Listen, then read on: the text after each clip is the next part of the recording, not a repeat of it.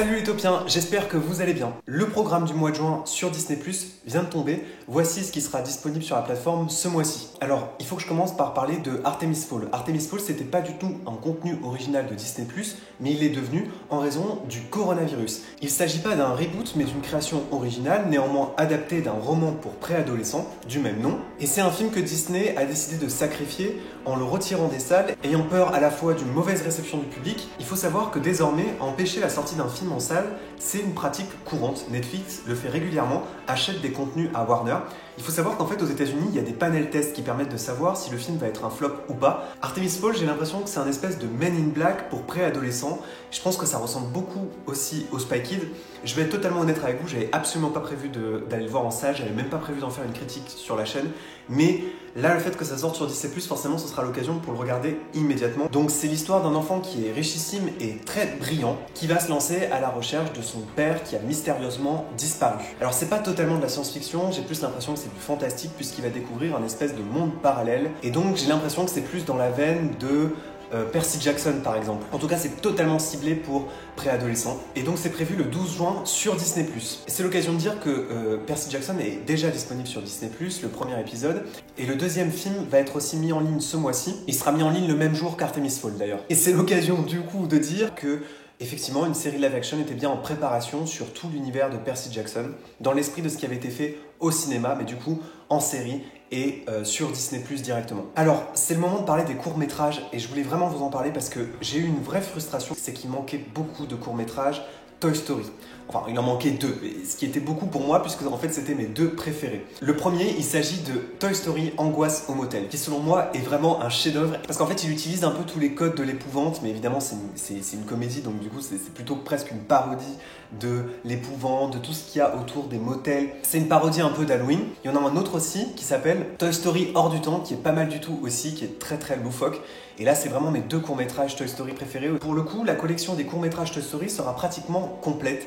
Et j'en profite pour dire que Frozen aussi va rajouter un court-métrage, La Reine des Neiges, Joyeuse Fête avec Olaf, ce qui fait que désormais la collection de courts-métrages Frozen sera quasiment complète. Et en parlant de Frozen, il y a une sortie qui est très très attendue ce mois-ci, mais qui va faire beaucoup de déçus et qui va créer aussi, à mon avis, beaucoup d'incompréhension auprès des abonnés Disney qui sont peut-être pas des fans. C'est qu'il va y avoir un making-of de la création de Frozen, ce qui est en soi extraordinaire parce que, hormis quelques bonus de DVD, c'est parfois dur de connaître les coulisses de la création d'un classique d'animation, qui plus est les coulisses d'un des plus grands classiques d'animation de l'histoire de Disney. Sauf que Frozen 2 n'est pas disponible sur Disney+.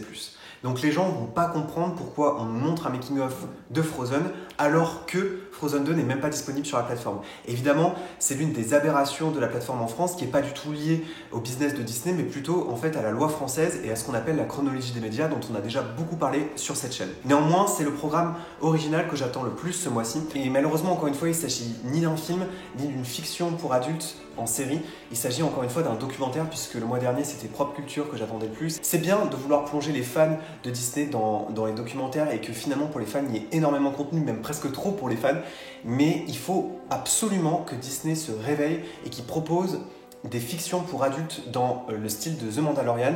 Je parle bien entendu des fictions Marvel qui sont en préparation, mais pourquoi pas aussi lancer une série Disney+ originale destinée aux adultes, une fiction pour adultes. Parce que là, ça manque cruellement et on ressent dans les commentaires que reçoit Disney+, beaucoup d'entre vous, vous me le dites aussi dans les commentaires Twitter, ok cool, on est des fans Disney, on a tout ce qu'il nous faut, c'est génial, mais ça cache une absence de contenu à destination d'adultes. Donc il faudrait que Disney arrive quand même à s'aligner un peu là-dessus aussi. Alors, il y a deux séries dont je voulais vous parler qui vont être disponibles sur Disney+.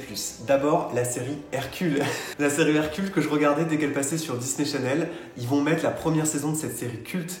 Toujours chez Disney Channel, La Rue des 101 Dalmatiens, qui est un reboot des 101 Dalmatiens, même si c'est pas du tout en fait les mêmes personnages, enfin ça n'a rien à voir en fait, à part le titre, ça n'a vraiment rien à voir. Pourquoi je vous parle de cette série? Parce que c'est un peu à l'image de ce qui se passe en ce moment chez Disney. C'est une production européenne, c'est une série qui a été produite à Londres et créée à Londres. C'est le retour de l'animation traditionnelle chez Disney. On oublie trop souvent que chez Disney Channel, il y a un retour quasiment total à l'animation traditionnelle. C'est la fin des telenovelas, il y a beaucoup moins de sitcoms.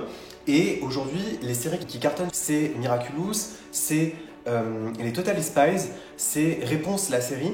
Et d'ailleurs, en parlant de Miraculous, Miraculous sera aussi disponible sur Disney Plus en juin. La saison 1 et 2, je précise, mais beaucoup de saisons sont déjà disponibles sur Netflix. Et donc, je vous conseille vraiment de regarder La Rue des Cent Dalmatiens parce que ça donne le ton d'une certaine façon de ce qui pourrait se faire plus tard en termes d'animation à la télévision, mais aussi peut-être au cinéma. Beaucoup d'entre vous, vous me l'avez demandé aussi, la saison 1 de Jonas est enfin disponible sur Disney Plus en juin et précisément le 26 juin. Beaucoup d'entre vous aussi avaient demandé l'arrivée de Shake It Up et Shake It Up arrive enfin sur Disney Plus en juin et plus précisément le 26 juin. Et puis plein d'autres shorts aussi dont je vous ai pas parlé là tout de suite, mais dont on reparlera sur le compte Twitter Disney Plus encore. Et d'ailleurs, je vous remercie d'être de plus en plus nombreux à suivre ce fil d'actualité sur lequel je parle tous les jours de l'actualité de Disney Plus. Voilà les topiens, n'hésitez pas à me dire en commentaire quel est le programme que vous attendez le plus. Et si vous souhaitez mentionner des programmes dont je n'ai pas encore parlé sur cette vidéo, n'hésitez pas en commentaire parce que j'ai fait qu'une sélection de ceux qui m'intéressaient le plus, bien évidemment.